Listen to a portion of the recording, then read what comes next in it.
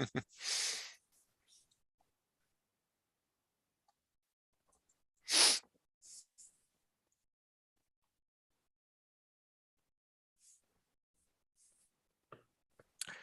hi, hi, and hey, hey, and welcome back to another edition of Talk More Talk, a solo Beatles videocast. This is a bi-weekly show that we do every 2 weeks on Monday nights at 9 p.m. Eastern on our YouTube channel. And here on this show, most of the time, we talk about the solo careers of the Beatles. I'm Ken Michaels. I'm one of the 4 regular co-hosts of this show. I do hope that you are familiar with some of my other programs on the Beatles, including a syndicated radio show called Every Little Thing, which has been on the air for almost 40 years now and runs on about 50 radio stations. And I'm also a part of another bi-weekly talk show podcast called Things We Said Today. And I've also got a YouTube channel, Ken Michaels Radio, and all the conversations on there are all about the Beatles. And I'm being joined, as I usually am, by my 3 esteemed colleagues here. First, we'll start with the author of several Beatle books, including Songs We Were Singing, Guided Tours to the Beatles' Lesser Known Tracks, Michael Jackson FAQ, All That's Left to Know About the King of Pop, and also Fandom in the Beatles, which she collaborated on with Ken Womack. She is a frequent writer for Beatle Fan, and in fact, she just completed an online course on the career of Stevie Wonder. So I think that it's safe to say that without question, she is the sunshine of our lives. Oh, Welcome, Kid O'Toole. that was very sweet. Thank you, Ken. Thank you, Joe. And that's why she'll always be around. Oh, yeah, thank you. We're so corny here on this show. Hey, guys, and hi, everybody out there. Between being corny and the puns that we do, Right. We're in a class all by ourselves. That's all part of our show. How you doing today, Kit? I'm doing great. Glad to be with you all. Okay. Also, we have with us one half of the team of Two Legs, a Paul McCartney podcast. And this is a show where, you just can't keep up with these 2 guys. Like a cat, you need 9 lives to keep up with all the shows that they keep cranking out. Very busy putting out high quality shows all the time. And along with Andy Nichols, we put together a great show. Tom Hunyadi, welcome. Thank you, Ken. Very nice of you. Kit, Joe, that's going to be a fun one. Let's get the debate going here. This is going to be good. Let's go. There's a lot of debatable points here. Yes, there are. Yes, indeed. Also, we have with us Joe Mayo, who you might know as Mean Mr. Mayo. He has his own YouTube channel, which has been going on for, what is it, about 10 years now, Joe? Yeah, it'll be 10 years in May. Yeah. Wow. All right. A lot of anniversaries here connected with this show. And he does a lot on pop culture, lots of conversations on the Beatles. He does his own Fab Gab, where he rates tracks on Beatle albums and solo Beatle albums. Joe Mayo, welcome aboard. Hey, thanks, Ken. Hello, Kid. Hello, Tom. And let's Hello. go talk about Ringo. It's a Ringo night right here Yeah. on my shirt. Oh, very nice. Tonight what we're going to do is, once in a while, we've kind of lightly touched upon this topic about Ringo's career in the 70s. And we all know that in the first half of the 70s, my goodness, he did so well with hit records and 2 big selling albums. And then everything kind of came to a halt right after that, after the Goodnight Vienna album. So we're going to pose the question, why? What happened all of a sudden with Ringo's career? And I have a feeling we'll have a lot of different answers here. It's not as simple a topic. There's a lot of areas we can go to here. Very debatable points, I foresee, in this hour on the show. But before we do that, we have the latest Beatle news to get to. And we start with, and you may have heard this by now, last Friday, it was announced that Paul McCartney will once again be starting another tour to be called the Got Back tour. And so far, he'll be touring North America beginning April 28th at the Spokane Arena in Spokane, Washington. And it'll be running through June the 16th at MetLife Stadium in East Rutherford, New Jersey, altogether. And we don't know if any dates will be added. So it's a possibility. But right now, there's a total of 14 dates over roughly 6 weeks. There's actually going to be a pre-sale tomorrow. There's actually 2 pre-sales. There's going to be one with American Express, where their members can purchase tickets at 10 a.m. local time. And at 12 p.m., fans who have signed up to paulmccartney.com to their newsletter, they hopefully by now have gotten an exclusive password ahead of the sale. And so, like I said, that'll be at 12 noon. And for the general public, tickets go on sale this Friday, February 25th. Happy birthday, George, at 10 a.m. local time. And it is interesting that Paul's tour will actually overlap with Ringo's because there are a few days when they'll be playing in the US the same night. Huh. So the big news here, I mean, you know that it's in his heart to keep performing, and he had planned on touring right when COVID hit. So true to his word, he's getting back on the road. You guys want to comment on your feelings about this? I'm certainly not in shock about it. Yeah, not in shock. However, you know, with the state of his voice these days, I would prefer if he kept it for, you know, studio recordings myself. But you know it was going to happen. You just knew. I mean, it is what it is. I'm grateful he's still going. Yeah. And if he was coming to Arizona, I would definitely be first in line to grab a ticket. You know, absolutely. So, but yeah. I feel the same Yeah. as Tom. I mean, I knew Paul was dying to get back, and he wants to go on the road. He loves playing for people and the adoration and you know, being out there. And for him, I'm glad. But I was worried too. You know, I'm hoping that maybe since he's had time to rest his voice, maybe it'll be pretty good. I'm hoping for the best. I too feel sometimes like it's the records, as I always say, really that will endure, you know, generations to come. If he should make any new records, I'd like, Right. you know, I'd like to see him make some records instead. Or he's probably going to do both. Let's face it, knowing Paul. But also, when I have my channel, so many comments are from young people. They say, "Well, I've never gotten to see Paul," and I say, "Well, that's on you because he's been out since '89." He Right. says, "No, but I'm 9 years old. I'm 10 years old," or something like that. Mhm. Oh, okay. I say, well, then, yeah. So some of those, the really small fans get a chance at least. Yeah, Yep. I'm not surprised either. I mean, when people were saying, you know, as the pandemic hit and as was going on, like, oh, Paul's never going to tour again. I thought, I mean, he loves playing live so much. I thought he's going to tour at least one more time. You know, I don't know whether this would be the final tour or not. Yeah, I too have mixed feelings about it. I mean, probably, you know, if he comes to Chicago, and 10th Paul, make a Chicago date, I would go.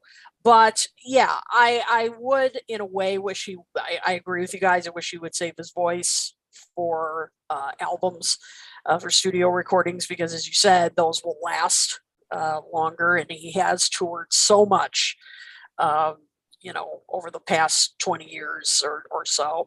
But you have a point, Joe. You know, there are a lot of people who, and particularly younger people, who would like to see him live, who have never had the opportunity. So even if his voice isn't in perfect shape, he's Paul McCartney. You know, Right. people cut him slack because Yeah. of who he is. Yeah. Once the show starts, all that goes out the window. You know, Right. we Yeah, can criticize I mean, now, you know, but when that show starts, it doesn't matter what he sounds like. You're still having a good time. and Yeah. especially if you've Yeah. never seen him before, and if you're younger, it's just really amazing. You know, a real jolt of excitement, and to be in the same stadium or venue, breathing the same air as one of the Yep. Beatles, so to speak. I Right. mean, I'm sure nobody will really be disappointed, especially if it's your first time and you're younger, especially. Yeah. Yeah. Well, for the most part, I kind of agree with everything that you guys are saying. And, as I said on my other podcast, things we said today, the selfish part of me wants as many albums from Paul Right. for what's Yeah. left in his career, but at the same time, kind of like what you said, Joe, and I've been saying this for years, there's so many people, believe it or not, that have never seen him live before. Right. And thankfully, we have new fans of his, Beatles, solo music, you name it. And it's also a great feeling for me. It's so easy to be critical. But one of the great jolts I get from seeing Paul live is seeing a family near me bring their Yep. kids Yeah. and watching the young ones and how excited they are. And, this is music that they're discovering or they've only known for a few years, and they know that this is a legend and it's so Yep. exciting. And, they're not thinking to themselves, that's not the same voice he had in the last tour or Right. the 89-90 tour or Wings Over America. But I think that in some ways, it's a blessing that he's doing this because he doesn't have to do it. And he's doing it because he enjoys it. He really does. He loves the feedback. Right. He loves entertaining people. And Well, he also, he's human and he sees how much these concerts affect people, how much he means in the lives of so many people. So he realizes that. he's putting And people so he's putting people back to work as well. Sorry. Yeah. That's Mhm. true. And not And only after, are there, go ahead. yeah, a lot of people that have never seen him live before. There's a lot of people that may have only seen him once, would like to see him again. There might be certain areas of the world where he hasn't really played that much.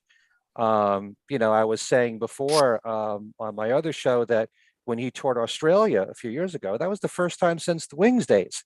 Right. A lot of All people right. were waiting for a long time. So, when you see Ringo and the All Stars, it's a great feeling. It's a great collaboration between all the great musicians that are on stage.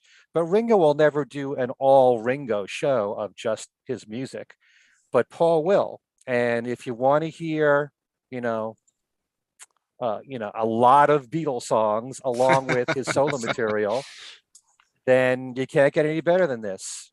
And I do wonder, the only thing that I question, and Paul is the type that is so proud and may I should say a little stubborn, but I think he likes the fact that he can be there on stage and give you 3 hours of Yeah. music, and there's be no crime if he cut back at all. Yeah.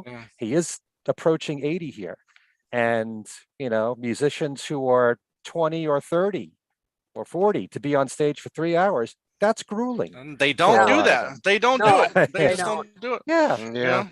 Let's There- hope the set list gets a freshen up too. That's what I was. Yeah, that's what I was I going hope to say. so. Yeah, I really Saw what hope you there's did some there. tweaking there. Don't Yes. start with a Hard Day's Night anymore. Right. It's like Uh-huh. that's been going on now for a long, long time. Yep. I just like the opening song. It can be so exciting. I love some of the opening choices he's had: Magical Mystery Tour, Hello, Goodbye, and Goodbye. so Yeah, that's forth. And one of my Right. favorites. Yeah. Drive My Car. Uh-huh. I just would like to see it changed. I agree. I Yeah. agree. And I will say this one thing because several years ago when he opened his tour at Yankee Stadium, and I was there for that show, because of the fact that we do the work that we do, and I'm always reporting the news, I'm fully aware of what he's doing live.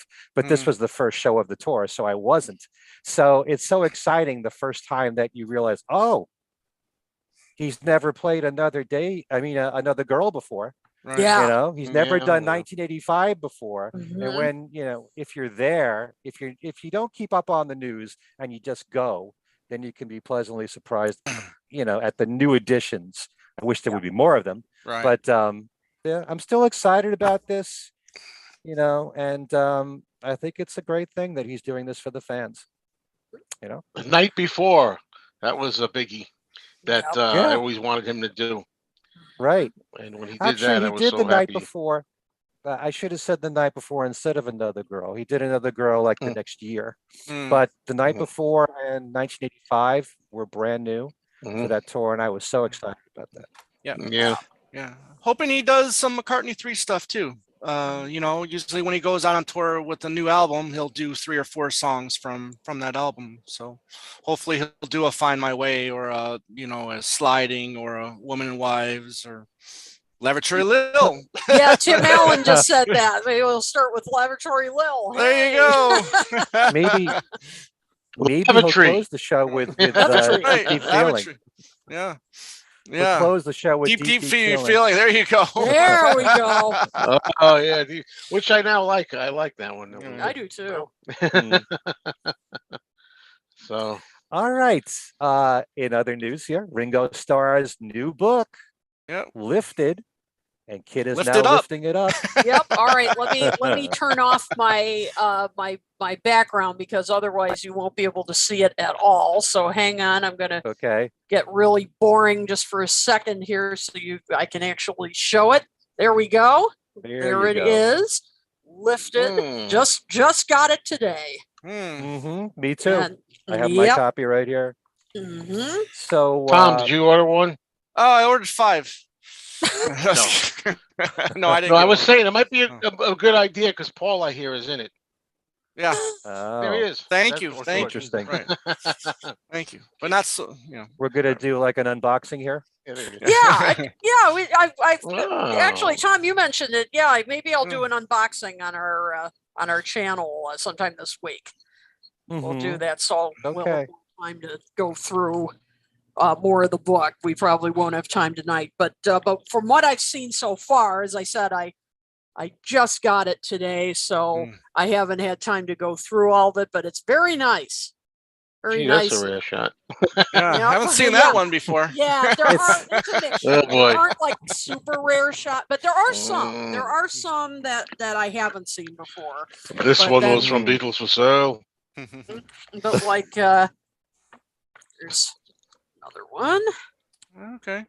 that a couple of these that I don't recall seeing before.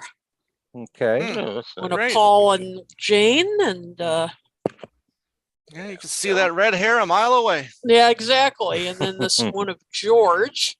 I don't know if I recall that one. So it's kind of a mixture that you're going to see some rare shots, and then you'll see plenty that you have seen before. But Right. yeah, I'll do an unboxing on our channel at some point. So go into more detail. But so far, it's an enjoyable read. Yeah. I and as ordered Ringo mine late. said, I it's- ordered it. I ordered it late. Yeah. I didn't get it yet. Ringo has said that it's a lot of photos that he lifted off the internet that he didn't take himself, and some of his own. Oh, man. And there are some that we are quite familiar with in there as Yes. well. But Yeah. At first, I thought lifted meant like spiritually lifted. Now I'm realizing it's just stuff that we've seen off the internet. He lifted It's not it all, from not the all. internet. Okay.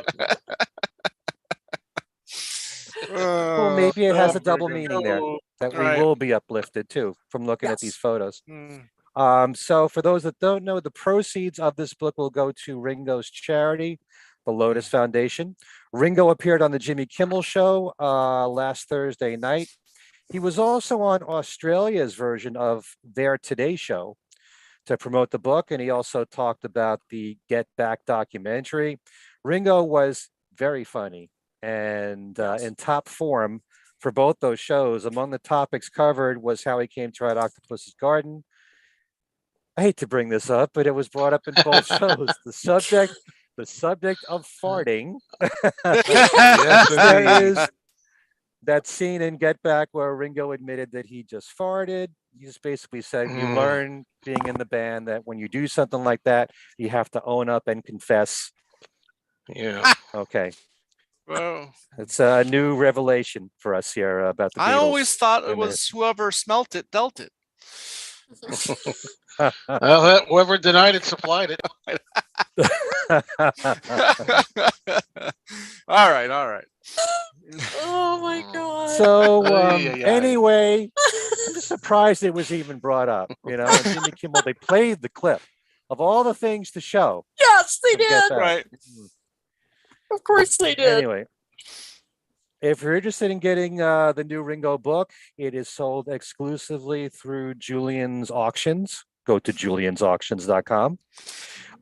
Jimmy showed a photo of Ringo, wife Barbara, and Joe Walsh with his wife Marjorie, and they attended the Super Bowl. And Jimmy asked if Ringo's a Rams fan, and Ringo said yes when he's in LA. But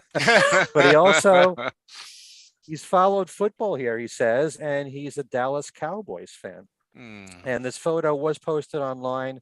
Ringo posted the words, "We are the champions, go Rams, go, peace and love." As I said on my other show, I wish he had just said Ram on. Right. That would have been nice. That would have been good. Other news here. According to The Guardian, it's now reported that the Beatles' rooftop performance, first shown in IMAX theaters on the 53rd anniversary of the event, January 30th, followed by 3 days in IMAX theaters, February 11th, 12th, and 13th, is now being shown in conventional theaters in the UK. This was as of last Friday. I'm not sure if it's going to be shown in the US. If anyone watching or listening has any information about that, please let us know. I looked locally here. I didn't see any listing for it. But at least if we have any UK listeners, you still have your chance to see the rooftop performance in theaters. George Harrison is on the front cover of Mojo magazine with the words, "The Quiet Beatles Fight to Be Heard." And the issue also has a tribute to Ronnie Spector. Owen Lynn's new book, George Harrison in the 70s, comes out March 24th. That's the official date. I've done a number of interviews with Owen, great guest, and you just had him on Two Legs with Andy. Yep. Got to get him back for all we'll of plan our to have him shows, here. especially. We'll plan to have him here. Yep, we talked about that yesterday or Sunday as well. Yep. Okay. Another record store day is approaching, and we've got a few items to announce for that day, which is April the 23rd. Now, the press release that I read said that there's a 12-inch of Paul McCartney's Women and Wives. For the UK. When I brought this, that's only in the UK? Only in the UK. Yeah. Oh, okay. I wasn't aware of that. Yeah. Okay. Only in the UK. And on Dark Horse Records, the 1974 single Shanker Family and Friends with I Am Missing You, backed with Lust. That's the 45. It did come out in 74 as a 45, so that's being released for Record Store Day.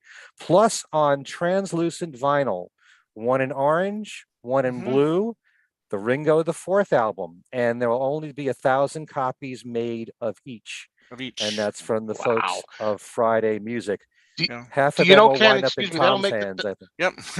Yeah, that'll make 4 copies, I think, 4 different colors of Ringo the Fourth from album, Friday Music. Right? Yeah, Friday Music, because they're already 2 out. Right. So wow. So I will definitely 3 revisited. Yeah, I'll get the orange translucent for sure. So you'll get whatever the store has, right? I will tell you right now, I'm getting the orange.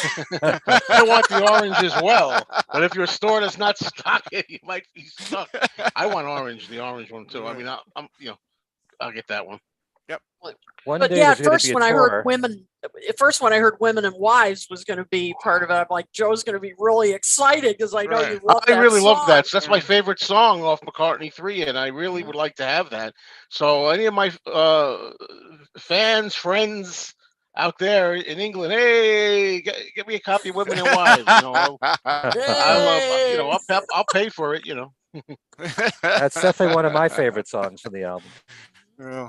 Yes. Let's see. According to Beatles author and historian Keith Badman, Paul McCartney has been invited in some capacity to appear at the Queen's Platinum Party at the Palace event at Buckingham Palace on June the 4th. He posted this on his Facebook page, but we now know that Paul is due to perform that night in Syracuse, New York. Okay, so basically this just means he was invited to it. He probably will not be attending. Snubbing another queen. Several. I'd love to see him perform Her Majesty in front of the Queen. Yeah, that'd be fun. Wouldn't that be cool? Yeah. Do an extended version. Right. Maybe make it like, But didn't he do that for her birthday with the 75th birthday or something like that? Didn't he do that? I don't remember that. Mm, Is that possible? it's possible. If anyone if anybody knows, please let remembers us that, know. I don't yeah, remember please let that, us but- know. Yeah. Yeah. Hmm. Right. But Keith has written a number of Beatle books, The Beatles After the Breakup, The Beatles Off the Record, and The Beatles, The Dream is Over. A few more news items here. You might be familiar with the organization called Theater Within. Every year since John Lennon's death, they have put on Lennon tribute shows in New York City close to the anniversary of John's death. And this year, they're actually announcing a Lennon and McCartney celebration featuring their first ever concert of the music of Paul McCartney to celebrate his upcoming 80th birthday in June. Theater Within's concert will be the day after Paul's birthday, June the 19th, which will be held at the City Winery in New York City. And their annual tribute to John, which is held at Symphony Space on Broadway and 95th Street, is being moved to October the 8th. In addition to these tribute concerts, Theater Within has provided over 500 free workshops in creative expression and mindfulness for children and teens and adults impacted by cancer. And they also launched the John Lennon Real Love Project, a visionary songwriting program for public elementary schools. Peter Asher is hitting the road once again. I know of just 3 dates: May 11th in Boston, May 12th in Westerly, Rhode Island, and May 13th in Red Bank, New Jersey. If I know of any more, I'll certainly let you folks know. And we need to wish a very happy birthday, a little bit belated here, to Yoko Ono, who last Friday turned 89 years old. God bless her. And a tribute CD for Yoko called Ocean Child, Songs of Yoko Ono was released the same day. And a reminder that as we speak, The Beatles and India, a brand new documentary on how the Beatles were affected by Indian music and their culture, and in return, how they became ambassadors to the world and, you know, taught them about Indian music and philosophy, especially through George Harrison. That is being shown right now on BritBox. It's being streamed. That's a channel in the US and Canada with British programming. And we just did an interview, which I'll talk about later, with the co-producer of the documentary on Things We Said Today. So Peter Compton is his name, but it is supposed to be running through 2026 on BritBox, but there'll also wow. be a DVD and a Blu-ray coming out fairly soon. All All right. right. I just saw it. I thought it was very good. Yep. I Absolutely. think it's excellent. There's going to be some Yep. footage in there that you'd never seen before, and in particular, I just want to bring up this one thing. I wasn't aware that while the Beatles were in Rishikesh, there was a birthday party thrown for Patty Harrison, and after that, the Beatles rehearsed on the rooftop of one of the bungalows there. You Yes. know, and Oh, they wow. showed a couple of photos from that, one from very George and one cool. from John, you know. So as I said, it wasn't the first time they played on a rooftop. Yep. Yeah. That They is did it true. in India. But Yeah. yeah, really good documentary that I strongly advise you guys to watch. Agreed. So yeah, we move on to our main topic for tonight, which is about Ringo Starr's career in the 70s. And in the first half, you couldn't do much better than Ringo did. Between 1971 through the beginning of 75, he scored 7 top 10 singles in the United States. And I should also point out that his success wasn't just limited to America. He had success, quite a lot of success, in Europe in particular, and some success in the UK especially. It always seems like in America they do the best, the solo Beatles. But you know, the string of hits from "It Don't Come Easy" onto "Back Up Boogaloo," "Photograph," "You're 16," "Oh My," "Only You," and the "No No Song." 7 top 10 singles in a row with 2 #1 singles, "Photograph" and "You're 16" in the U.S.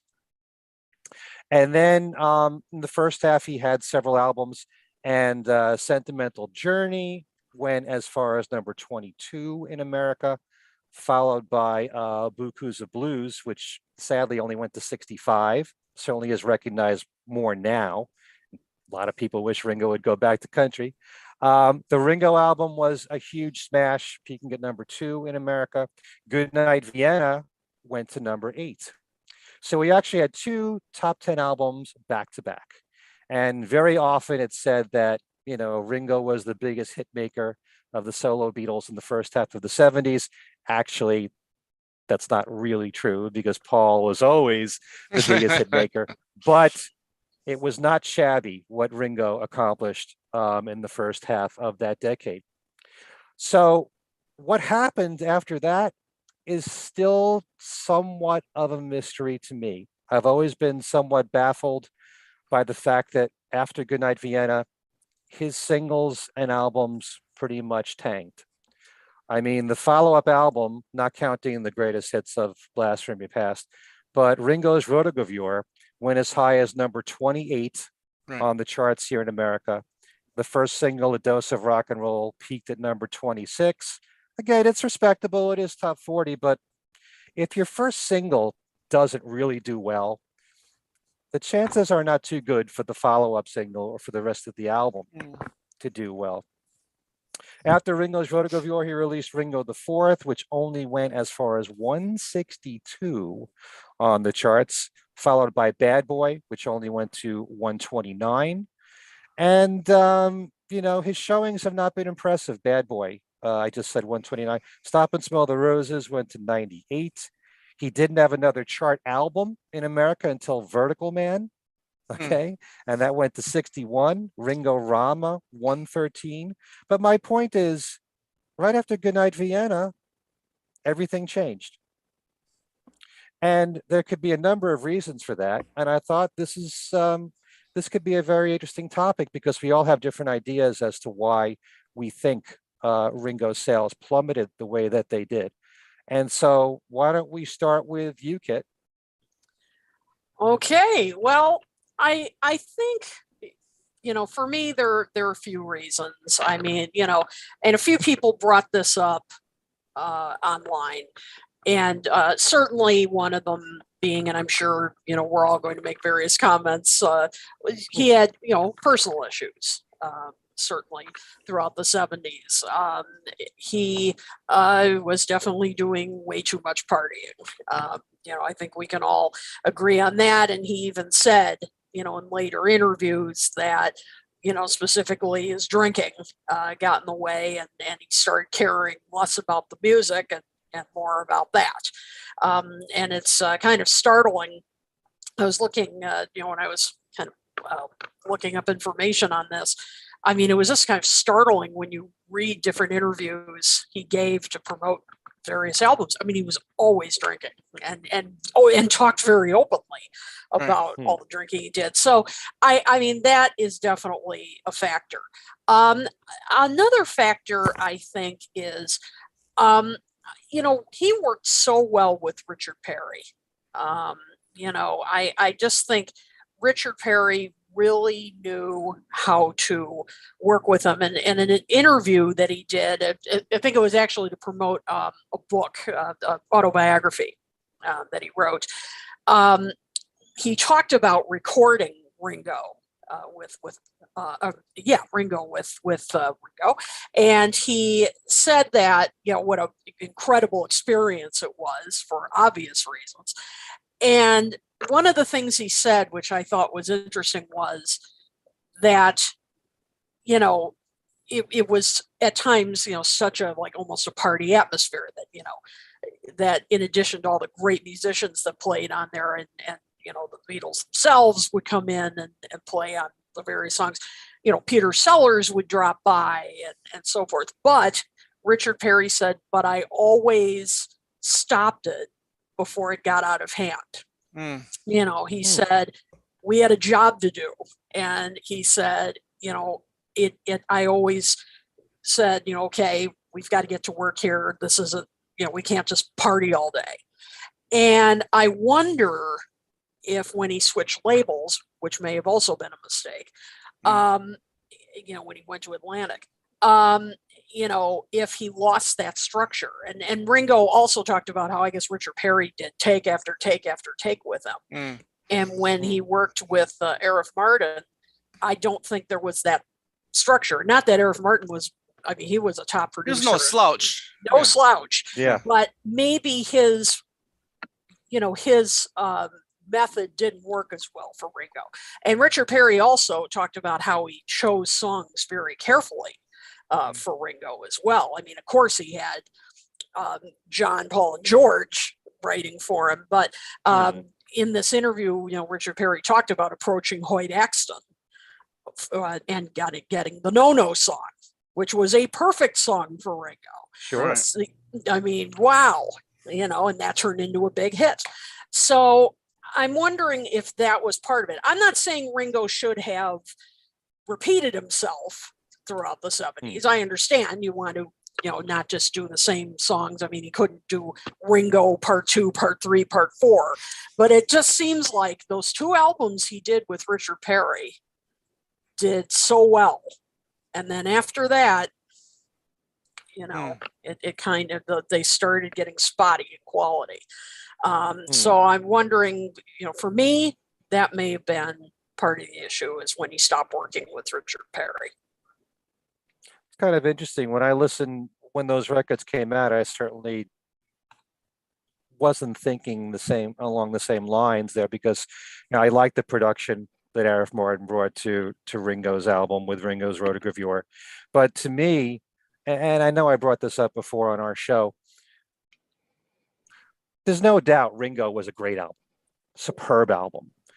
Goodnight Vienna was a fairly solid album. It was good. Yeah, not as nearly good. as good as the Ringo album. Yeah. But I just don't see this, despite the fact that there was a lot of partying, I don't see this real steep decline in the quality of the albums when you're talking about Ringo's Rotogravure, Ringo the Fourth, and Bad Boy, when you compare it to Goodnight Vienna. Yes, compared to Ringo, it's not as good. And I still think that there's enough strong material to release as singles. A Dose of Rock and Roll, I don't understand why that wasn't a top 10 hit. That was a solid song all the way through. And but it's interesting what you said there about Richard Perry's comments, that he did take after take after take. There were times, and you could sense it with certainly some of the stuff on Ringo the Fourth, where his vocals were not up to snuff. And you could tell that he'd been drinking, and it kind of shows in the music. Right. But at the same time, I know that we've said here on the show when talking about Ringo the Fourth, that's part of the appeal, of Ringo, is that, he's a party guy. And, if he was in the bar, he'd be singing songs like this. He's one of us. To a hardcore Ringo fan, maybe, like myself. Well, but I don't know about the general public. Yeah, but some good points that you raised there, Kit. We'll talk about other things as well. But initially, Tom, what would you say was one of the biggest reasons? Well, why I Ringo tend had to this downfall? Right. I tend to agree with Kit on what she said, especially with the drinking, and whatever else he was doing. With that, you tend to not be as innovative as you once were. I think he stopped being as creative as he once was, maybe with the Beatles or early on in his career with the drumming. When we talk about Ringo Rotogravure, I tend to think, same concept, different producer, yeah, but you have a lot of great quality help. You've got John, George, and Paul there, right? They all contributing songs. However, I don't think that these songs stand up to the other songs that Paul, John, and George have given them in the past, or have contributed with them in the past. Pure Gold, I think, is a throwaway track. It might be good for Ringo, but I just don't see how it's anywhere near as good as 6 O'Clock. Agreed. Cooking in the Kitchen of Love is nowhere near John's best work. I mean, it might be good for Ringo, but it's not good writing. I'll Still Love You. I like it. That's my favorite of the 3. However, I would have loved to have George on this track. I mean, I know George was probably off doing what he was doing, but part of Ringo's success was his work with George, and the proof is in the charts. I mean, you're a chart guy, Ken. All that stuff he did with George, all was successful. You know why this wasn't successful? Because it just wasn't as good. Right. Now, why didn't these albums do as well? Well, what was on the charts in '76? Hotel California. Hotel Cal. You put Ringo's Road to Gavir next to Hotel California, and you tell me if these songs are as any good as the songs on Hotel California. Songs in the Key of Life. Are those songs anywhere near as good as songs of Key in Life? I don't think so. Now, you know, they're great Eagles' greatest hits. Again, another phenomenal record. Peter Frampton, Comes Alive. Now, these albums, Boston's debut, these albums just weren't great albums. These are albums that stayed in the top 10 for months and months and months and months. And you're not going to tell me that a weak Ringo album that we like, yes, we like it. To the casual Ringo fan, you know, they're going to listen to Hotel California. They're going to listen to Peter Frampton Comes Alive. I don't see how his work competes.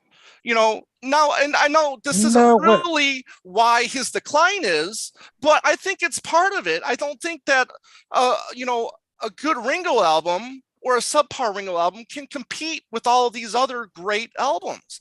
And as all of these artists were getting better and better, Ringo was not getting better and better. He was on the decline personally and in musicianship wise. Now, another thing is, starting with Ringo the Fourth, he started taking ownership. Okay, he started writing more, right? We talked about this before with Vinnie Poncia. Great. That's awesome. I admire him for that. But as we learned with the Monkees, that doesn't necessarily mean it's going to be a winning combination once you take over your career. You know, he had a great formula with those two first, with Ringo and Goodnight Vienna. Yeah. And I think the same with Ringo's Road to Gavir, same formula, but unfortunately didn't do as well. But, you know, you get with Ringo the Fourth, those songs, they're not that strong either. I mean, Wings didn't chart, right? The single Wings, it didn't chart. No, right? It didn't chart. Okay song, but again, then you look at what's what in '77. You can't tell me you can't put Bad Boy up to Rumors and tell me that. Yeah, I was gonna say Rumors. Rumors. You know, I gotta say, you know, Tom, I agree with a lot of what you're saying here, but first of all, I love the songwriting that Ringo did with Vinnie Poncia, and I happen to think it was very strong. You know, but you talked about whether or not Ringo was innovative with his drumming. You go to the Ringo album or a Goodnight Vienna, and he's double drumming all the time with Jim Calder. Okay. And if you want to make the point, compare it to other albums of the time, you can go to 1974 when Goodnight Vienna came out, and you could say, well, that doesn't compare to Fulfilling This First Finale or, you know, or Innovations, whatever. But there's a lot of great albums that were out at the same time. Right. But the contributions from the people that are helping them were greater. Like how cool would it have been if, let's say, on Ringo's Road to Gavir, instead of Pure Gold, we got Let 'Em In, you know, which from my understanding was a possibility. You know, how cool would it have been? I could definitely see Ringo singing Cracker Box Palace, you know. I mean, yeah, I would love to see Ringo said, "I was so old when I was so young when I was born." You know, you know, that's it's a Ringo song. You know, I'm not saying that was ever a possibility. What I'm saying is what the other guys were offering him weren't up to snuff as the stuff that they were offering in the past. Well, you could always just point to the Ringo album and say that that's the best material right there. Right. But I still think Pure Gold is no throwaway to me. I think Cooking in the Kitchen of Love is the weakest of all the Lennon songs that he gave to Ringo. No question about it. And I like I'll Still Love You, which still has a George Harrison-esque guitar solo in there as well. So it does sound like a George Harrison song anyway. Right. So, you know, again, I just don't feel, in my personal opinion, I just felt like as other musicians were improving, Ringo was on decline as a performer, as a musician. Maybe, you know, he was writing good songs. Again, I admire him for taking that leap and wanting to be better at that. That's no doubt. I don't disagree with him wanting to do that. I'm just saying that, the quality of stuff that he was writing with Vinny just wasn't as strong as, the other stuff that was coming out in that time. I'm not saying that I don't like these albums. I listen to these albums. I'm just thinking on terms of other people, what what they're listening to, what they think. If they got this Ringo, if this album in 76, and then if they were listening to Hotel California after that, I mean, honestly, Ken, tell me honestly, what album would you listen to over again after you listen to this album in Hotel California? Oh, geez. But I do like Ringo's Rotogravure. So do I. I probably, So do I probably, because of my love for Ringo, would listen more to Ringo. Right. That's me Okay. personally.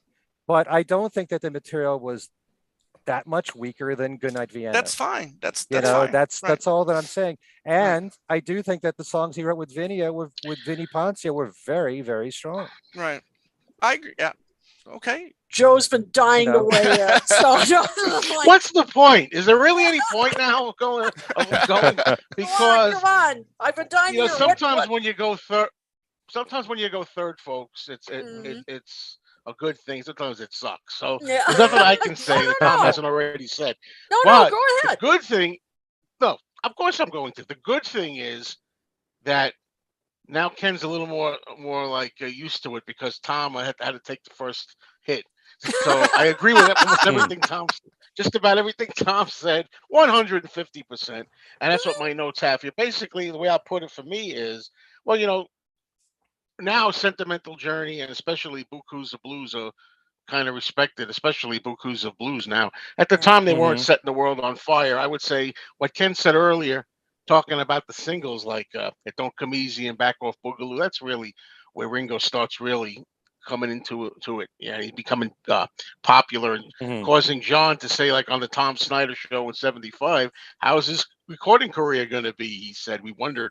And it's actually better than mine, is probably, he said in 75, So, yeah, he started doing well. And, of course, the Ringo album, that's like lightning, in a bottle. You catch that in there. It's got everything, the right production, the right help, the right guest stars, a cast of thousands, so to speak, including, of course, right, John, Paul, and George.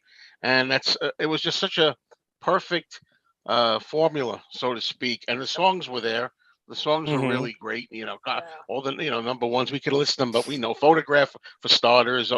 My sister went out, who was not a Beatles or solo Beatles guy. She was younger than me, but she bought the 45, which I still have, of Oh My. She has her initials on the apple on it. She loved Oh My. It was like almost like that disco-y feel at the time, which was coming up, that kind of sound. But anyway, so now that's a good point that's been brought up about the label. I'm just going to throw that in there. That Ringo was on Apple, then it was over to Atlantic. Right. But you can't really, we really argue that he wasn't promoted as well at Atlantic? I don't know about that, because there's a lot of promotional items I have of Ringo in that era from Atlantic. They seem to promote him all right. Maybe Apple could have done a little better. Don't know, but I do think there's diminishing returns with the formula. I think the formula, let's say, where my friends and the ex-Beatles and everybody, it was diminishing returns every album. And I do think that the material that was offered up by John, certainly. I mean, I love John, Cooking in the Kitchen of Love, terrible, I think. I'm glad Ringo, it's good for Ringo, though, anyway, in a way, because he has that kind of like, charming little personality. I'd rather hear Ringo sing Cooking in the Kitchen of Love than John. But, starting with I'm the Greatest, then going down to Goodnight, it's all down to Goodnight Vienna, which I like also. But, and then down, that's John. Then we have Paul. Yeah, I think that Pure Gold, it's pleasant enough. I enjoyed it. And I do enjoy the Rotogravure album, by the way. But I do sense to me that it's kind of like, for Paul, kind of like just a knockoff that really it isn't as good as 6 o'clock, for example. I think everything's going to be measured up against 6 o'clock, right? Absolutely. Yeah. Well, you don't even have to. You don't have to measure it. Just the people didn't like what they heard. The general public, nobody fell over this album, whereas they fell over for the first two, we'll call them, meaning, Ringo always thinks the Ringo album is my first album, really, and then Goodnight Vienna. So diminishing returns, I think, arguably, and this is my opinion, Goodnight Vienna has such good moments on there. We know No Song, Snookeroo, Only You, Right. etc. Yeah. I like It's All Down to Goodnight Vienna. Yeah. But to me, Sure do. it's still a step down slightly to me from Ringo. And then I think that Rotogravure is a step downward a little more in song choices for Rotogravure. That Ringo the Fourth is really a step down. And by Ringo the Fourth, I think Ringo was really by that time really, using and abusing, as he said, and as we said, it shows in the recordings. Yeah. You can really hear it in a lot of the tracks. Yeah, a lot of fun for us. I'll take Ringo anyway. I get the idea. I know what Ringo's about. I get it. And for me, it works to hear drowning in the sea of love with Ringo sounding like he's drowning. I I think it's great, but I can understand why that can't hold up against that. Again, whatever was big, Go Your Own Way. Don't stop thinking about tomorrow. Whatever was big in there, it just doesn't fit in as well with that. I don't think the quality was there as much. And then, as far as the drinking in general goes, though, Ringo claims too that he was like this from his youth. That this alcoholism, it wasn't like it really Yeah. started in like 76 or 7, He said sometimes Right. he couldn't remember playing with the Beatles, which is not really nice to hear. But there's not that much evidence of it to me. In the Beatles days as much, but you can see the evidence, when you see him in those years of Atlantic and so forth. And then we had like Ringo doing Bad Boy, which is an album I always stick up for. I like it. I don't think it was going to knock anybody out at that point in 78. Saturday Night Fever in Greece. I mean, nothing was going to Yeah, Saturday Night Fever, right? in the Grease soundtrack. Nothing was going to move those two albums. Yep. Yeah, and I mean, I'm not just going to compare it to. I don't want. It sounds like the cop out. Oh, it's just compared against other contemporary songs of the day. That's not fair, kind of thing. But I think that's what the general public was liking versus what they didn't like, more or less. I didn't think it really, like what Tom was trying to get at. I don't think it really fit along for the most part for general music listeners. And it's just unfortunate that he really cooked again, as we know, in 1992 with his comeback album. Time Takes Time, which didn't go anywhere on the charts. Yeah, and that was because he was on a tiny label that couldn't afford to. What a shame! It was on a tiny label, and I tell you, but what happens after a while, I think, is that then people just don't want to know anymore. It's Ringo, another Ringo album. It's like no, listen, this is great. This one, I mean, I really, that's my second favorite Ringo album. Me too. Time Takes Time, but we're getting ahead of the story, but it got to the point is that no matter what Ringo accomplished, maybe nobody by the time you get to a point where people aren't listening, or with just Ringo with one of those sour albums of his or whatever they think, they're not going to even give it a fair chance, and it's a damn shame that "Weight of the World" wasn't a big hit single. Yeah, it is. It sure is. And a real shame that Don't Go Where the Road Don't Go wasn't a popular radio track. Yep. For just off the top of my head, many others from that album qualify. But yeah, so I'm thinking of all the different reasons. Seems like a combination of things we're learning. Richard Perry, maybe the label change, although I'm not too sure of that. Ringo getting to the point, as I said, where he's like really abusing a little too much now, and really just drowning his sorrows too much, not taking the albums as seriously. He would go on to try harder by the time he was in the 90s, trying to do it. Okay. Yeah, so that's it. Well, I think that, first of all, let me just stress here that this is all speculation on our parts. True. And this is all of us saying our opinions here, but I'm saying truthfully from the heart, and I know that there'll be some people who will say, well, that's because you're a Beatle fan. To me, if you like the Ringo album and Goodnight Vienna, I honestly don't see this decline that you're talking about with Ringo's Rotogravure, Ringo the Fourth, and Bad Boy. I think they're enjoyable albums. They're not great albums. And even when you make the point that compared to everything else that was on the charts, you can make that case any year. There's always other albums that were standout albums that were not from the solo Beatles from those years. And you could say, well, how is this compared to Led Zeppelin 4, for example? How is this compared to Dark Side of the Moon or something like that? There's always other great albums that are coming out at the same time.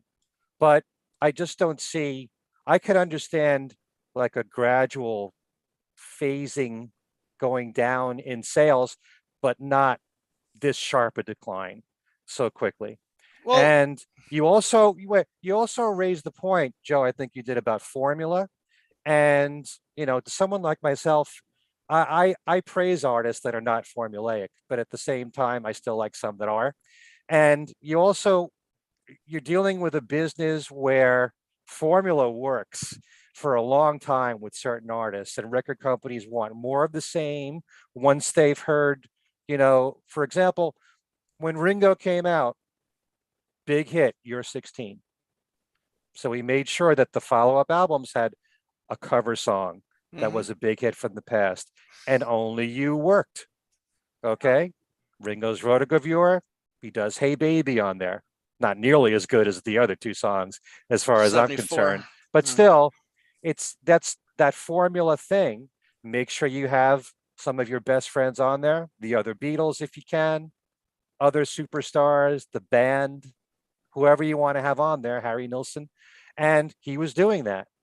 But I fail to understand why there was this complete plummet the way that it was. I could understand if the albums did a little bit less and a little bit less and a little bit less, and the singles still did fairly well, but to die the way that it did, it doesn't make much sense to me. But I think that you raised the point there, kid, about the record label. I don't remember that much promotion being done for Ringo stuff on Atlantic. I remember full page ads and Billboard and all that, but I don't remember this big push on radio. And even though Ringo made videos, I never saw them unless I went to Beatle Fest for the most part, or if I had friends of mine that collected that stuff. I didn't see Ringo videos on television, and this is pre MTV. Yeah. Oh yeah. I mean, there's some videos I just there you go. Yeah, there's some promotional items. But yeah, there were some videos that I didn't know existed until fairly recently. Right. I'm like, there were like the ones I think You Don't Know Me at All. I'm like, there was a video for this? Sure. Oh yeah. Drowning in the Sea of Love. I didn't realize that until we did some research on it. Yeah.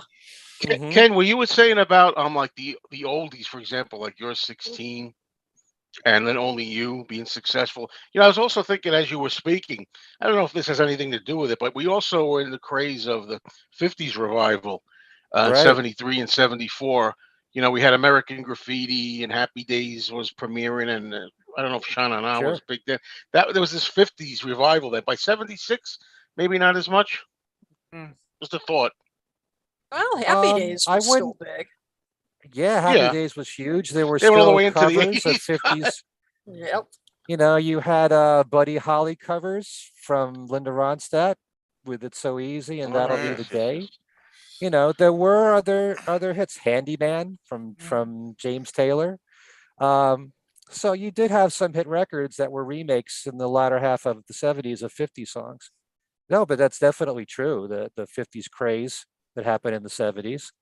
Maybe that helped You're 16 to some degree. And in fact, You're 16, Ringo, dare I say. Yeah. The original Sorry, You're 16, the Johnny Burnett was in American Graffiti too, as well.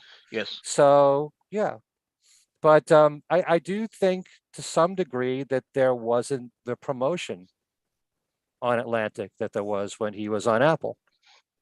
And at the same time, I also do fault Ringo to some degree because I don't recall him giving many interviews around this time to promote his albums. Maybe that's good. Oh no, I was going to say, Yeah. in doing research for this, Well, he did give some to the British press, particularly, yeah, but I've seen some. they were like Not half a lot. hour interviews, and boy, could you tell. And the journalist would comment on it. He hated every minute of it. I mean, he did not want to be there. Some of the interviews were pretty surly. And so, I don't think he always got the best press coverage. And, it was kind of his own fault. That's true. Because yeah, and as I said, always with a drink in hand, and although he would get frustrated, and in some ways I don't blame him, because a lot of journalists didn't want to talk about his new album. They only Yeah. wanted to talk Beatles stuff. Right. And And you uh, can Well, I tell how could be much wrong, that really but I think I've seen. frustrated him. yeah, I think I've seen more interviews. I could be wrong, but I think just off like memory, I see more interviews though of Ringo interviewing on television programs, a lot of different countries, and some audio stuff that I have on like some New York radio stations of 77 and 76. Not as many as 73. I right. don't think I see that much stuff in 73 of promotion Hmm. of Ringo as much. Yeah, I'm talking about making the rounds. Well, fortunately, I the don't. Yeah. music was strong enough to speak for itself. yeah. Probably, Oh yeah. for the most part. But Well, he that's did true. some interviews for Rotogravure. I always have trouble saying that for some reason. Yeah. He did do some interviews for that. That's But why it didn't sell. yeah, because you can't say the damn thing. Uh, That's the answer. Now we can go home. There you go. They should have called it a shorter title. But but another issue too is, and we've talked about this really in relation to Paul in the 80s as well, is trying to find your sound in the contemporary landscape. And Mhm. Ringo definitely struggled with that. Ringo the Fourth, of course, being the ultimate example of and Eric Martin, that was one of his specialties, was really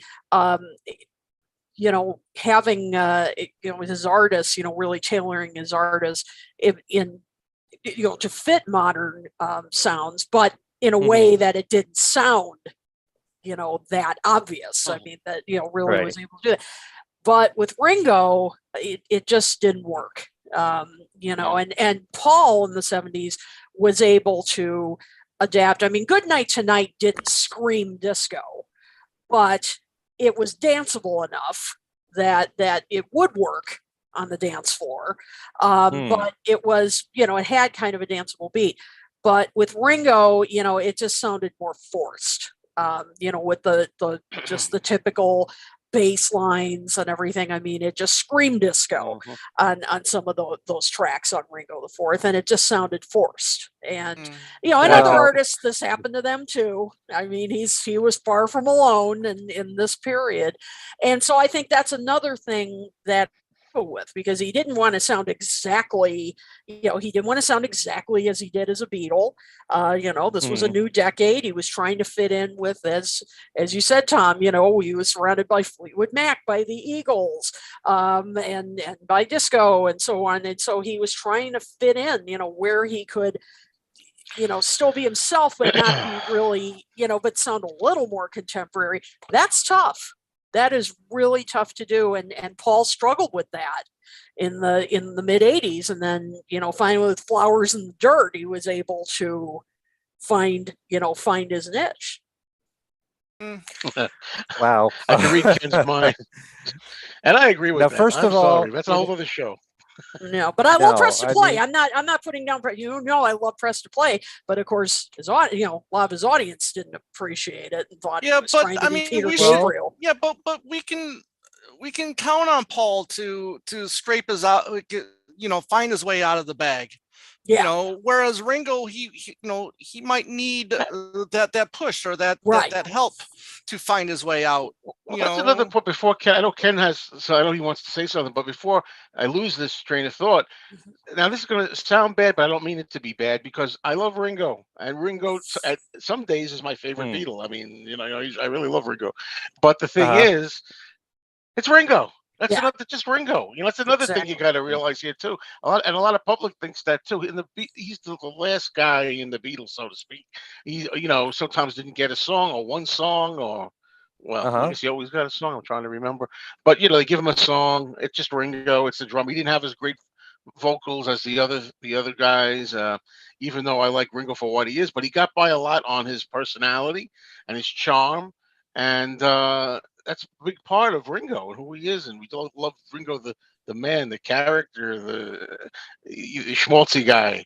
Yeah. And maybe that just wasn't working anymore for him for a while. Mhm. So I'm thinking we got to remember that too. Yeah. We're very lucky that Ringo did as well as he did. I mean, how many guys do we know? I always say, you don't say the drummer. A lot of people say, "Oh, he's the drummer." No, because it depends who the low guy is in the band. It could be the bass player for that band or the keyboardist, whoever the less guy is in the band. Doesn't usually do as well as Ringo did. True. It's great that he Well, did this well, really. why do you suppose I go on and on about saying that all four Beatles had successful solo careers Yeah. and what Yeah. a wonderment that is to itself? But Yeah. I also don't want to forget the fact that when we're talking about Ringo promoting himself, he did do a decent amount of promotion for Bad Boy with his TV special. Right. Oh, You yeah. know, and He that did a Oh, lot. at yes. least he did that. And yeah, but gosh, there's so many things you guys touched on. I don't even know where to start. But the thing is, we can also debate that TV show was terrible. I mean, it was cheap. Listen, Cheesy. again, we like it. Oh, right? for those We times, like, it was like Uh-huh. the variety. I mean, you got Art Carney. I mean, you got, Art Carney wasn't everything, and back then, I mean, it's still, it just wasn't. for those times, It it was was just fine. light I saw it entertainment, when it Right. and I Yeah. liked it, Yeah. and I'm not calling it some masterpiece. Right. No. No, You know, nobody but- No, is. but it was Nobody fun. It is. was Right. it was Mhm. typical entertainment for the time. Right. I Yep. thought. Yeah. But at the same time, yes, we should be grateful that Ringo had the success that he did, but he Agreed. had that success in that first half of the 70s because those were great records. Yep. I mean, Exactly. Photograph is one of the best Yeah. singles that any of the Beatles ever did. Yep. And Yeah. they were produced well. It Don't Come Easy is a great song. Yes. I like Back Off Boogaloo a lot. I know you're not a big fan, Tom, of Back Off Boogaloo, I think. Yeah. I am. Oh, it's fun. But my argument is I just don't see the second half of the 70s that if certain singles worked for him in the first half, Right. other songs couldn't at all, or at least gotten some attention enough to just get in the top 40, Mm. and maybe the public was getting kind of tired of the formula, maybe. And there's another thing that we should raise here, and you were kind of pointing this out, Joe, but not a lot of people want to hear a full album of Ringo. They were Yeah. used to It's true, one it's song true. on a Beatles album, and to suddenly a full album with his voice. And I have no problem with his voice. As he has said, he's not Pavarotti. He knows his limitations, and the songs that he records fits his voice. There's a Right. lot of people out there that I would not call great singers, but they get by because their voice is suitable for the music they put out. Right. I happen to think, Barry White was a brilliant man. He was a great producer. Right. Was he a great singer?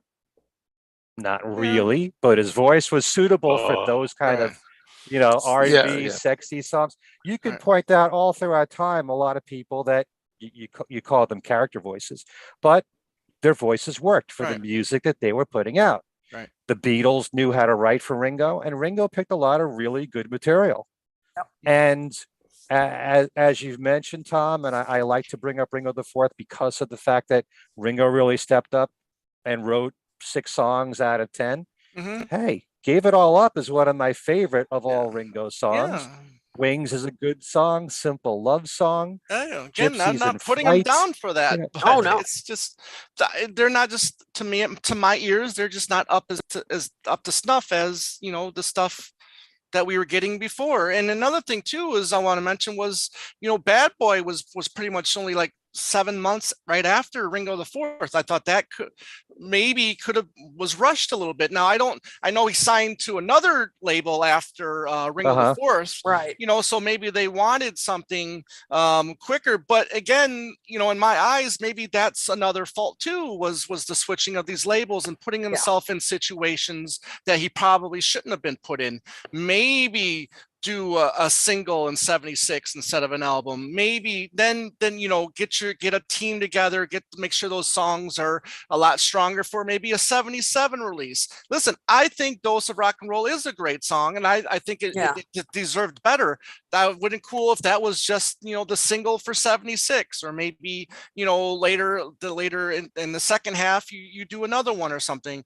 But putting himself in a situation to where maybe it wasn't where he was suited for, I think maybe that could have been, a reason as well.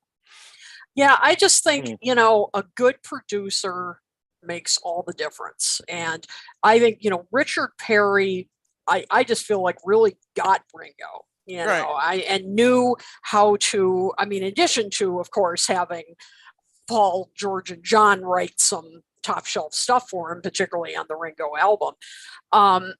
But, as I said, reading this interview with Richard Perry, he really went out and found some great material for him. And, like the No song and everything that, no, they're not great works of art. But he understood that's not what Ringo needed. He needed something to, songs to fit his personality, to fit his voice. And I think he was very good at that. And I think he gave Ringo structure that he needed. And I just think that makes all the difference. And I'm not putting down Eric Martin as a producer. He was wonderful too, but I think, maybe just not the best fit for Ringo, just not what Ringo needed, and didn't, maybe understand Ringo. Because Richard Perry, of course, had previously worked with Ringo on Sentimental Journey. Right. Mm-hmm. Yeah. So, I just think they were really magic together. And, after they stopped working together, the quality kind of, went down. And that's just our opinions, obviously. Right. People are gonna like an album, people might like, this album more than like Ringo the Fourth, or vice versa. Again, it's what your ears, enjoy. But obviously, we're here just debating, just and I'm not saying I'm not all hearing this stuff differently. Not every song on those other, the subsequent albums are bad. I'm not saying like I hate every single song on those next albums. I just think the quality, they were more inconsistent. Let's put it that way. Okay. Yeah. Okay. I will agree with you on that. But I still think that, I do believe production is important. It's not nearly as important as the quality of the song. Mm-hmm. And, I think that those three albums, Rotogravure, Ringo the Fourth, and Bad Boy, had a lot of really good songs on them. There's a few duds, like, I am not crazy about Where Did Our Love Go, and Ringo's version of that. No. Nope. Out in the Streets from Ringo the Fourth is not a favorite of mine, but it still has, for the most part, some really strong material, and that's what matters the most to me. So again, it's not as great as the Ringo album, but I just don't see why that sharp decline happened. And also, I don't know if you want to agree with this, but I know that it's certainly in the 70s. That was a time when just about every single major artist put out one new album every single year. Right. It was just kind of what was expected before the days when recording artists kind of took over and they signed a contract that was more to their liking. After Goodnight Vienna, he didn't release another album of new material till Ringo's Rotogravure, and that was almost 2 years after Goodnight Vienna. So maybe it slowed down the momentum. You've always got to keep putting out material. Right. You're only as good as your last hit. Right. And if your last hit was a few years ago in top 40 world, that could be a long time ago. Right. So, we talk a lot about Paul and how he put out something every single year consistently, albums or singles, maybe just singles one year, but it's important, to keep your music out there and keep your name out there. Maybe to a lesser degree, the fact that Ringo didn't put out anything for a couple of years. That might have slowed things down. But still, and I really don't agree with the argument of, listen to the other stuff that was out at the same time, because you can say that any year that the Beatles put No, out you solo can't do that music. but the stuff that from 73 and 74, Ringo's singles held up for the time, like with the rest Yeah. of what was on, Yeah. I thought. The stuff Yeah. was strong. The material was stronger, in my opinion. The Ringo album, yes. Yeah. But I wouldn't say Goodnight Vienna is so much better than everything else that followed. And you brought something up That's too, me. Ken. Yeah, you brought something up too that I like is, then labels would give some of their artists a chance to grow as artists. They would give them time. They might give them like a 5-6 album window. I think of like a band like Styx. They had had an album, not so successful album, maybe a little bit more, and then they just gradually were able to continue as a band. So labels would give them a time to get to that point. Whereas Ringo, being an established musician, I guess maybe labels were expecting more of him that maybe he wasn't able to, when he moved, especially like moving to Atlantic or moving to Polydor, if that was the other label, I think after Atlantic. Atlantic, it was Right. Epic. Yeah. In the Epic. US. Yeah. Right. Epic. Yes. So maybe because the expectations were so high, and then they didn't really necessarily like the results, he wasn't given a chance to continue to grow as a musician, as a writer, so I think it might be some of the labels' fault as well, I don't know how much it mattered that much to Ringo to grow as an artist. I think he was cranking out one album after another and just putting out enjoyable material, and there was a formula there. I don't think he was looking at every album as it must be better than the last album. Right. It was just, this is what he does. He puts together an album with 10 songs. Here it is. I've already planned a few songs as the single. One of them's a cover version. It was a formula that worked for a few years there, but then it stopped. Yeah, So, then in the 90s and on and beyond, he became so much more serious about, I think, about getting his messages across, whether it's peace and love or whether it's his Liverpool bio or whatever he wanted to talk about, or his love for Barbara and everything. It just seems he's more serious about the music, afterwards in the 90s and beyond. But I say that because it's a shame that you still have people that have the Ringo curse. They don't want to know. I mean, I know even Beatle fans that are like, I'm still not really into Ringo's catalog yet, and stuff. And it seems it'll happen with Ringo the Fourth. Yeah. And then from that point on, and then Bad Boy for a lot of people, then Old Wave and so on. Yeah. I don't know, never looked back still. And they're missing a lot of good Ringo stuff, I think. Yeah. Because when he got himself, straightened out and all, I mean, he's really, you can hear it in the music. I mean, from Time Takes Time on, I mean, he's more invested in it. I mean, you can hear it. Yeah, sure. Yeah. There, the focus was on the quality of the songs. You could just tell with Time Takes Time, these are the 10 best songs I've got to give. Yep. He went through it all, and that's what this is. That he had 4 different producers, and they all worked well with him. Yes. It was produced extremely well, was performed really well. But again, he's more concerned about just putting out good songs, not necessarily being groundbreaking. And there's nothing wrong with that. Absolutely. So, we also got to consider his motivation as well. I mean, was he motivated personally on a personal level to really do this work then? I mean, you think of all of the personal stuff he was going through, the drinking, the drug use. I mean, was this really in his heart? Was he just going through the motions? I think you got to take that under consideration as well. Oh, I think that was part of it. That's a possibility. I mean, there's, as I said, an interview with him. I can't remember when it's from, but I came across it where he years later said that. He said, I was more interested in partying, and drinking and all that. And I There's just a quote I lost recently, interest even in I music. think. You're saying I seem to remember a quote, but I can't remember it exactly. But it was words to that blanking effect. out too. It used to be like, the music was it was a generic thing about how Mhm. it used to be, let's get high and we can make a record. Yep. Now it's Oh, I then it was remember. like now it's Yep. I found the quote, and you never give me your money. That's where Mm. I found it. Yeah. Okay. is that where it is? Okay. And and that's exactly. I mean, and I think he said it other places too, Joe. You're right. That so he's been Yeah. very open about that, and I mean, in Ringo the Fourth and other places, you hear it. No doubt about it. I mean, yeah. I mean, you can also think that. I mean, you can also argue that his heart was more into acting than it was into making music. Yeah, You know. that's That's true. another thing. That was another thing that was Yeah. distracting him. Yeah. It's the fact that this was the life that he knew. Mm. And once he was releasing the Ringo album, he was saying, well, this is what I do.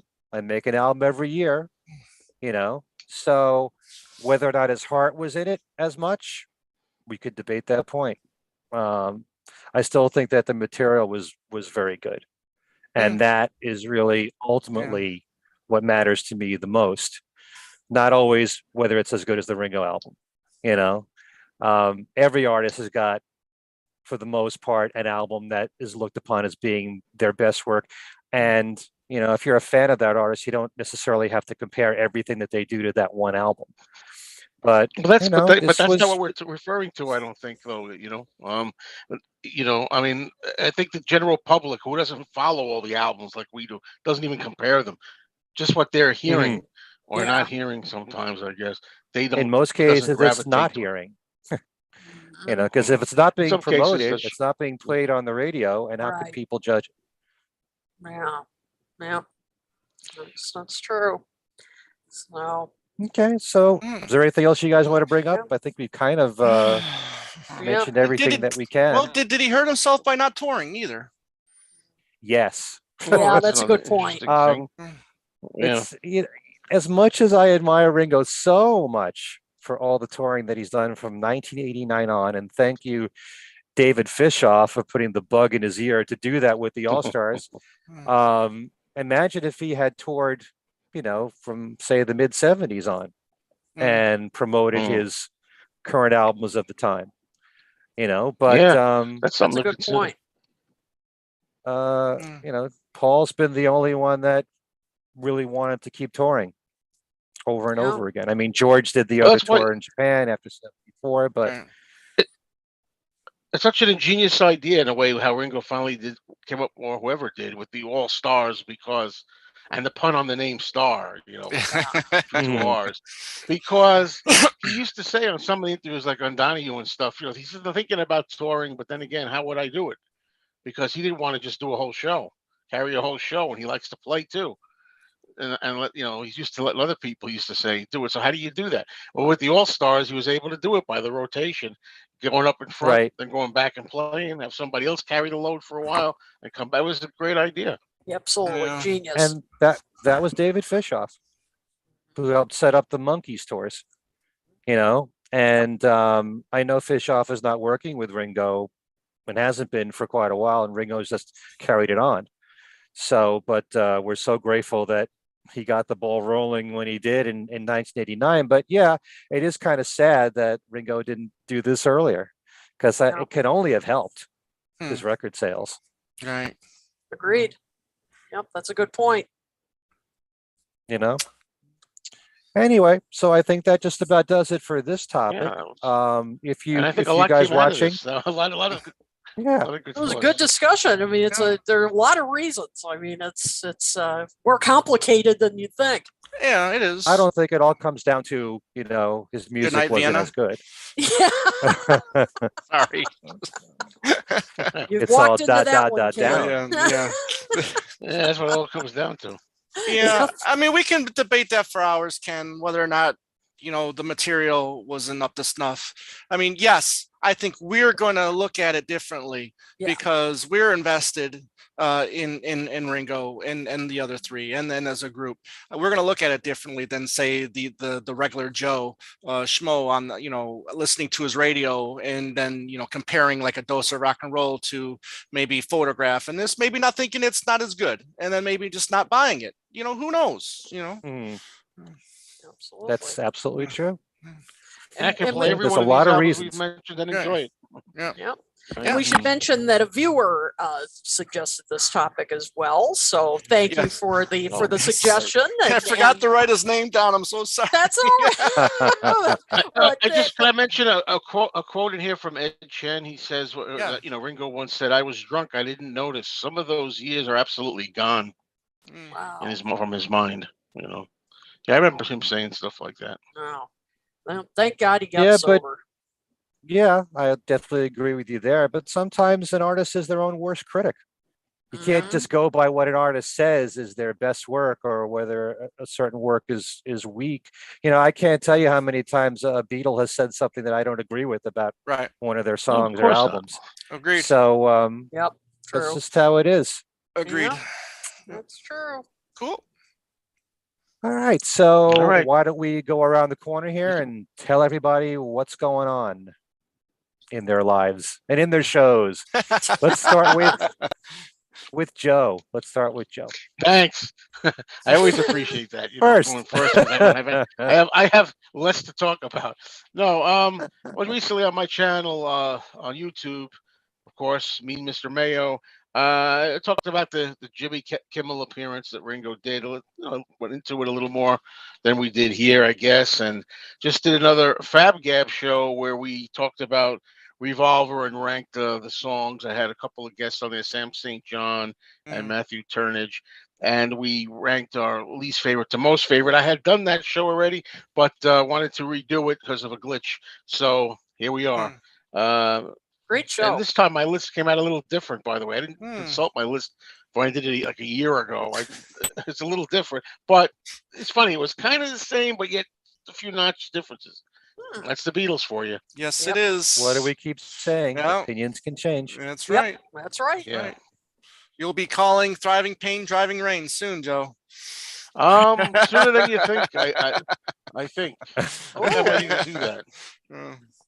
Tom, how Yeah. about you? No. Mm. Well, again, like you stated before, Ken, we're always doing something. So, but this past Saturday, we posted our latest episode, which was on the Unplugged performance, the TV show, the CD, the differences, what was left in, what was left out. We talked about that in length. Yesterday, Sunday, we just had a great discussion with Owen Ling, who has that book George Harrison in the '70s coming out, I believe in March. So that's on Amazon right now, so you can look for that. And then we also had Adrian Sinclair, who, as we know by listening to Ken's show and to my show and this show, that he's working on the McCartney Legacy book with Alan Kozin, which from what I've seen before, from stuff that he sent me and what from Alan has talked about, really believe that this is going to be the be all to end all books on McCartney, and this is really might be the book we all deserve from McCartney. But however, we did talk about the song Live and Let Die. We busted some myths, and we had a great discussion on that. And I want to thank Ken Michaels for having us on his latest episode of the Ken Michaels Radio Show on his YouTube channel, where we, myself and my co-host Andy, and Ken as well, we discussed what we feel McCartney's best creative peak was. And I think that was a really good discussion. There's been some good comments on that, so head over to Ken Michaels Radio YouTube channel and check that discussion out. You might enjoy it. And please head over to the Two Legs, a Paul McCartney podcast YouTube channel, and please subscribe. We're getting closer to 1,000 subs, and that's our goal. So thank you everybody for listening. All right. All right, Yeah. Kitster, you're All next. right. It's the Kitster. All right. I'm not gonna say kitten. All right. No. All right. Well, first of all, of course, you can find us here at Talk More Talk on our Facebook page. You can find us on Twitter at Talk More Talk 1, the number 1. You can find us on the web at talkmoretalk.com. Obviously, you can find us right here on our YouTube page. And of course, if you haven't already, please subscribe and hit the the YouTubers say, hit that bell to be notified of new episodes. And also, we want to thank you for everyone who has told their friends and everything about our show, and for the new subscriptions. We're growing all the time, and we can't do it without you. And you can also email us with feedback and suggestions. See, sometimes your suggestions become a show. That's right. So just email us at talkmoresolotalk@gmail.com. And of course, we want to send a shout out to Beatle Ed at Fab4 Radio, who runs this show as well as many of our individual shows. So shout out to him. And of course, you can find the audio version of this show on virtually any podcasting platform Thank you, you Kit. can imagine. Yes. Oh, you're welcome. You're welcome. As far All as due to you. Oh, well, thank you very much. As far as I go, want to thank all of you, and I know there are a few of you tuning in tonight who took my Stevie Wonder course. I had just such a great time. Hoping to be offering some more classes soon, and you can follow me on Facebook. I'll let you know as soon as I'm offering more classes. On March 15th, I will be back at Tuesday Night Record Club, and this time I'm going to be having the honor of discussing, along with our friend Ken Womack, Carole King's Tapestry. Oh, wow. I am so excited about it. Great This album. is just a great album.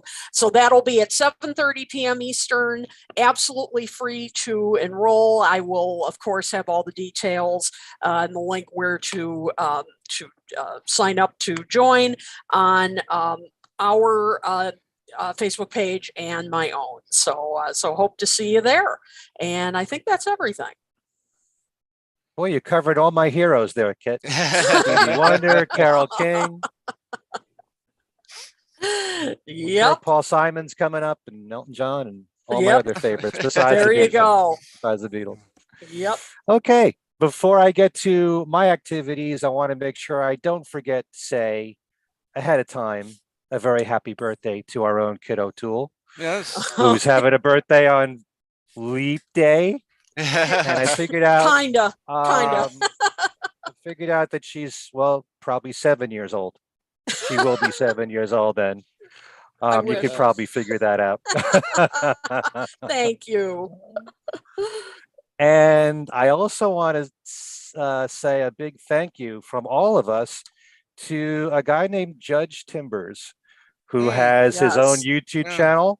And this guy, in case you don't know, he plays the acoustic guitar and he teaches you how to play Beatles songs and solo Beatles songs and a lot of Tom Petty songs as well. And he made a video where he listed the top 8 Beatles podcasts, and he had our show, Talk More Talk, as his #1 Beatle podcast. And he also had Two Legs at number 3, Yeah. and Things We Said Today at number 4. So I we're don't know so how that flattered. happened. Isn't that amazing? Oh, you forgot Joe. Joe is somewhere in there. Yeah. He's got it. What? I'm in Honorable number mention. 1. Talk more talk. Yeah, exactly. That's number That's 1. true. You're Yeah. number 1. I'm the everyman. I was thinking of your. Yes, I'm like the indeed. everyman. Yeah.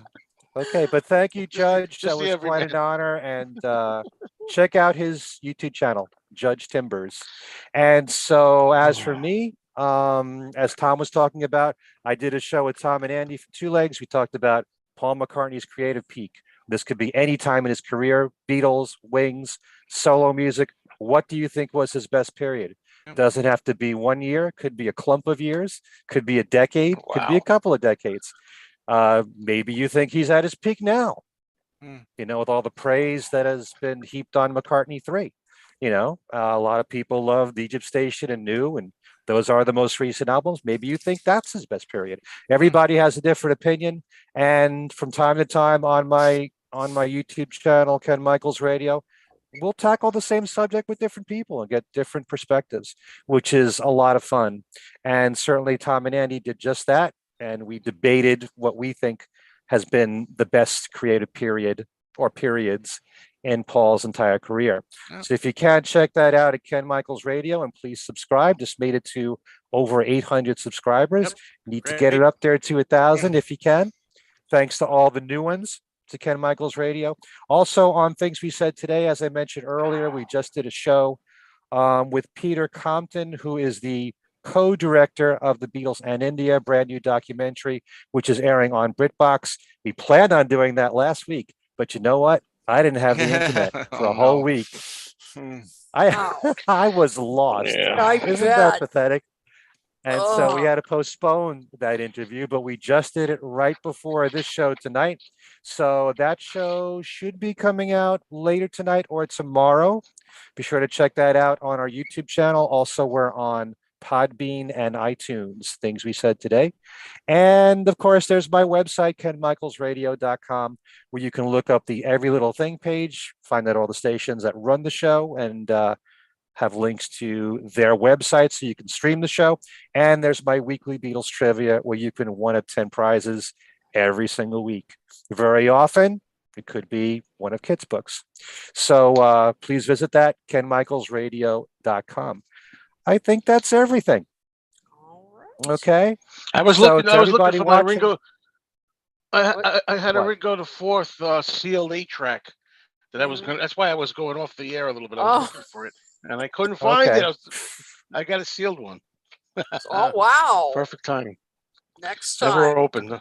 Nobody wanted to play All right. it back then, I guess. Who's I got an would've 8-track played it. machine? Anyone?